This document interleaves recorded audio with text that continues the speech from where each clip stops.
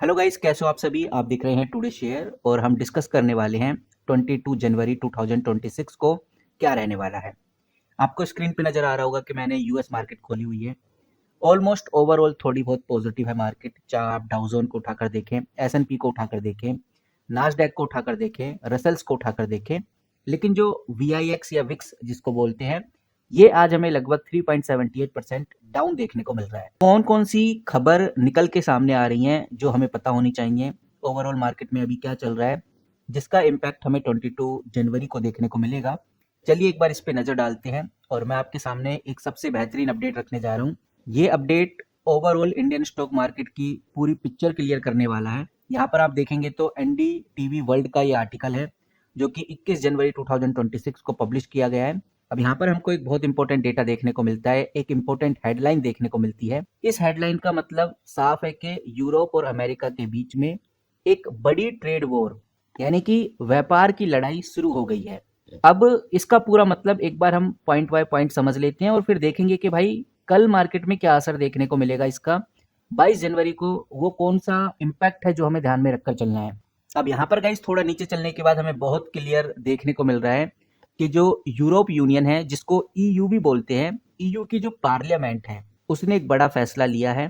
उसने सीधा बोला है कि अमेरिका के साथ होने वाली जो एक बहुत बड़ी ट्रेड डील थी, उसको अब हम फ्रीज कर रहे हैं, यानी अब हम उसको रोक रहे हैं। और इस डील का मकसद सिर्फ इतना था कि ये दोनों देश, अमेरिका और यूरोप यूनियन, ये दोनों देश मिलकर अपने टैरिफ को कम कर सकें और टैरिफ को कम करने के बाद व्यापार को और आसानी से शुरू किया जा सके। लेकिन अब यूरोप यूनियन ने बहुत क्लियर और साफ शब्दों में कह दिया है, जब तक ये जो टेंशन है ये खत्म नहीं होती, वो डील साइन नहीं करेंगे। अब इसका जो सबसे इम्पोर्टेंट कारण है वो आपको हेडलाइन में भी देखने को मिल जाता है। ये कारण है गाइज ग्रीनलैंड का। बिल्कुल सही समझ रहे हो आप। ग्रीनलैंड सबसे इम्पोर्टेंट कारण है क्योंकि यहाँ पर जो ट्रम्प हैं, ट्रम्प चाहते हैं कि अमेरिका ग्रीनलैंड को खरीद ले, वहां अपना पूरा कंट्रोल करे। लेकिन यूरोप, खासकर डेनमार्क, डेनमार्क सबसे ज्यादा आगे है, डेनमार्क ने इसे साफ मना कर दिया है। और इसी बात से गुस्सा होकर जो ट्रम्प हैं उन्होंने धमकी दी है कि अगर यूरोप ने उनका साथ नहीं दिया तो वो यूरोपियन प्रोडक्ट्स के ऊपर 10% से लेकर 25% तक का एक्स्ट्रा टैरिफ लगा देंगे। अब इस आर्टिकल के अकॉर्डिंग साफ नजर आता है कि भाई यूरोप ने भी अपना जवाब दे दिया है। यूरोप ने कह दिया है कि हम धमकी के डर की वजह से ये डील साइन नहीं करने वाले, इसीलिए हम इस डील को रोक रहे हैं। और इस डील को रोककर उन्होंने साफ साफ ट्रंप को दिखा दिया है कि यूरोप भी पीछे नहीं हटेगा। अब यहाँ पर समझने वाली बात यह है कि इंडियन स्टॉक मार्केट तो ऑलरेडी काफी तेजी से नीचे गिर ही रहा है और 22 जनवरी को देखना बाकी है कि ओवरऑल क्या चलेगा। लेकिन इस अपडेट का जो ट्रेड वॉर यूरोप और यूएस के अंदर चल रही है, इसका मार्केट के ऊपर एक बड़ा नेगेटिव असर देखने को मिलेगा।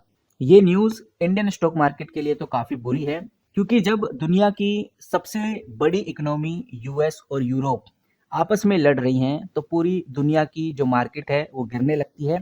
और सबसे बड़ा जो असर देखने को मिलता है वो आईटी सेक्टर पे देखने को मिलता है। आईटी सेक्टर पर इसका असर इसलिए देखने को मिलेगा क्योंकि जो टीसीएस कंपनी है इंडिया की, इन्फोसिस कंपनी है, विप्रो जो कंपनी है, इनका बहुत सारा बिजनेस यूएस और यूरोप से ही आता है। और अगर वहां पर ट्रेड वॉर होगी, अगर इन दोनों कंट्रीज में ट्रेड वॉर होगी, तो इन कंपनीज के प्रॉफिट पर बुरी तरह असर पड़ने वाला है। और इसी बात का डर इन्वेस्टर्स को है, इसीलिए इन्वेस्टर्स इन जगहों से पैसे निकाल रहे हैं, खासकर आईटी कंपनी से पैसे निकाल रहे हैं। एक सेफ जगह जैसे सोना या गोल्ड जिसको हम बोलते हैं, चांदी या सिल्वर के अंदर वो पैसा डाल रहे हैं। अब यहाँ पर हमें बहुत क्लियर देखने में आ रहा है कि यूरोप ने भी अपना इकोनॉमिक बजोका निकाल दिया है, जिसका मतलब साफ है कि अगर 1 फरवरी को ट्रंप ने टैक्स बढ़ाया तो यूरोप भी अमेरिका के गुड्स जैसे एप्पल्स के फ़ोन हो गए, एप्पल कंपनी हो गई, हार्ले डेविसन हो गया, या कोई यूएस का एग्री प्रोडक्ट हो गया, इसके ऊपर भारी टैक्स लगाने वाला है यूरोप। और ये अपडेट, ये खबर जो आज हम देख रहे हैं, इससे तो साफ नज़र आता है कि ये न्यूज़ दिखाती है कि ग्लोबल मार्केट अभी और गिर सकता है क्योंकि अब ये जो लड़ाई है सिर्फ बातों की नहीं रह गई बल्कि एक्शन तक भी पहुंच गई है।